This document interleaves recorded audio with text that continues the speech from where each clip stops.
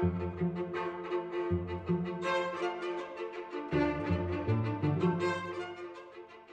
1791, a rebellion broke out that would prove to be the first test for the young republic and the newly elected President Washington.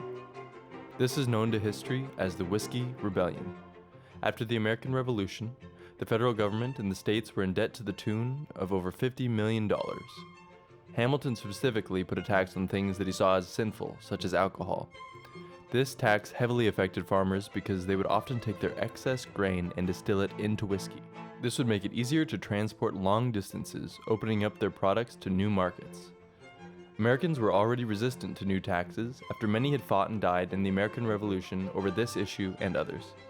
Small-scale farmers felt particularly attacked because there were two ways that you could pay for these taxes. The first was the flat rate, and the second was to pay by the gallon.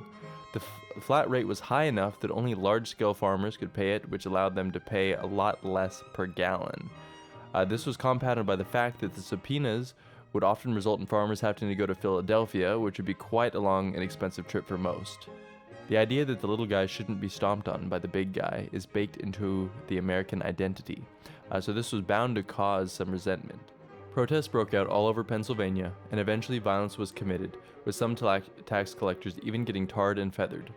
This culminated in over 500 rebels attacking the house of General John Neville, who was himself a tax collector. Neville managed to escape, but a few men were killed in the fight, including the leader of the rebels, Major James McFarland. The rebels even began searching through mail to figure out who was sending negative letters against them. This all became too much for the young federal government, and a large militia force was created to put down this insurrection. 13,000 soldiers were summoned through voluntary service and a draft. Washington himself rode to the side of the confrontation, which would be hard to imagine President Biden doing the same today. When the rebels heard of the incoming militia, they headed for the hills.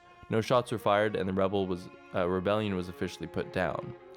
2 men were convicted and sentenced to death, but Washington pardoned them.